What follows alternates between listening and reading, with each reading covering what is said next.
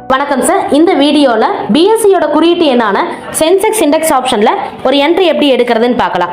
நம்மளோட குறைந்த இன்வெஸ்ட்மெண்ட்டில் அதிகப்படியான லாபம் எடுக்கிறதுக்கான பெரிய வாய்ப்பு இந்த இண்டெக்ஸ் ஆப்ஷனில் இருக்குது.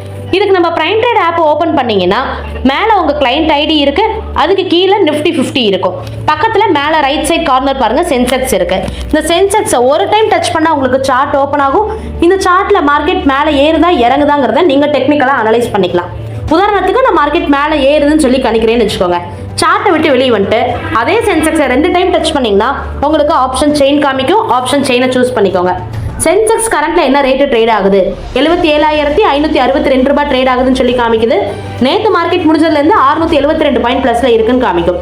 அதுக்கு கீழே சென்செக்ஸ் என்ன டேட்ல கான்ட்ராக்ட் முடியுதுன்னு சொல்லி எக்ஸ்பைரி மென்ஷன் ஆயிருக்கும். மார்க்கெட் மேலே ஏறுதுன்னு சொல்லி கணிக்கிறீங்கன்னா உங்களோட லெஃப்ட் சைடு இருக்க கால் ஆப்ஷனோட எல்டிபியை சூஸ் பண்ணி நீங்கள் பை அண்ட் செல் பண்ணிக்கலாம். அதே மார்க்கெட் இறங்குதுன்னு சொல்லி நீங்கள் கணிக்கிறீங்கன்னா ரைட் சைடில் இருக்க புட் ஆப்ஷனோட எல்டிபியை சூஸ் பண்ணி நீங்கள் பை அண்ட் செல் பண்ணிக்கலாம். இதில் கம்மியான ப்ரீமியமில் இருந்து அதிகமான ப்ரீமியம் வரைக்கும் இருக்குது. நம்மளோட இன்வெஸ்ட்மெண்ட்டுக்கு எந்த எல்டிபி கரெக்டாக இருக்குமோ அதுக்கு ஏற்ற மாதிரி ஸ்ட்ரைக் ப்ரைஸை சூஸ் பண்ணி நீங்கள் பை அண்ட் செல் பண்ணிக்கலாம். உதாரணத்துக்கு நான் மார்க்கெட் மேலே ஏறுதுன்னு கணிக்கிறேன். என்னோட ஃபண்டுக்கு 77,900 கால் ஆப்ஷன் கரெக்டாக இருக்குன்னா அந்த கால் ஆப்ஷன் எல்டிபியை சூஸ் பண்ணி பை கொடுத்துறேன். குவான்டிட்டி 20 இருக்கு. ஒரு பாயிண்ட்டுக்கு சென்செக்ஸ்க்கு ப்ளஸ் ஆர் மைனஸ் 20 ரூபாய் கிடைக்கும். அதுக்கு ஏற்ற மாதிரி நீங்கள் லாட் சைஸை இன்க்ரீஸ் ஆர் டிக்ரீஸ் பண்ணிக்கலாம். இப்போ 203 ரூபா 204 ரூபா ட்ரேட் ஆகிற மார்க்கெட்டு நான் 195 ரூபாய் வந்தால் தான் வாங்குவேன்னு சொல்லி ப்ரைஸை ஃபிக்ஸ் பண்ணிக்கிறேன். ப்ராடக்ட்டு பிஓ சூஸ் பண்ணிக்கிறேன். பிஓ அப்படின்னா பிராக்கெட் ஆர்டர்னு சொல்லுவாங்க. இந்த பிராக்கெட் ஆர்டரோட ஸ்பெஷாலிட்டி என்னன்னு பார்த்தீங்கன்னா, நான் ஒரு என்ட்ரி எடுக்கும் போதே நம்மளோட லாபமான டார்கெட்டையும் நஷ்டமான ஸ்டாப் லாஸையும் முன்கூட்டியே ஃபிக்ஸ் பண்ணி பை பண்ணிக்கலாம். அது மட்டும் இல்லாமல் நம்ம என்ட்ரி எடுத்ததுக்கு அப்புறம் நம்ம மார்க்கெட்டை பார்த்தாலும் இல்லை பார்க்க முடியாத சுச்சுவேஷன் வந்தாலும் நாம் ஃபிக்ஸ் பண்ண டார்கெட் அண்ட் ஸ்டாப் லாஸ்க்குள்ள தான் இந்த என்ட்ரி கம்ப்ளீட் ஆகும். ஒருவேளை நம்ம ஃபிக்ஸ் பண்ண டார்கெட் ஸ்டாப் லாஸ் ரீச் ஆகலை அப்படின்னா மார்க்கெட் முடியறதுக்கு 1/4 மணி நேரத்துக்கு முன்னாடி, அதாவது 3:15க்கு என்ன ரேட் இருக்கோ அந்த ரேட்டுக்கு ஆட்டோமேட்டிக்காக நம்மளுக்கு பொசிஷன் ஸ்கொயர் ஆஃப் ஆகிடும்.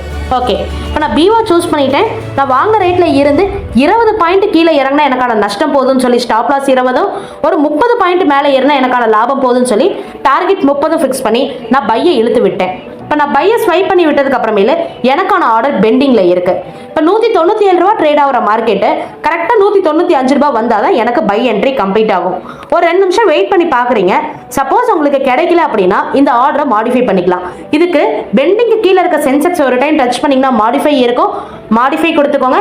195ங்கிறது நான் 197 ரூபாய் வந்தால் வாங்கிக்கிறேன்னு சொல்லி ப்ரைஸை ஃபிக்ஸ் பண்ண போனேன். பட் 195க்கு எனக்கு என்ட்ரி கிடைச்சிருச்சு. இப்போ எக்ஸிக்யூட்டரில் 195க்கு கம்ப்ளீட் ஆயிருச்சு. 195ல் இருந்து 30 பாயிண்ட் ஏறினா எனக்கான லாபம் போதும்னு சொன்னோமா, அப்போ 225 ஓப்பன் ஆர்டர்னு சொல்லி என்னோட டார்கெட் ஆகும்.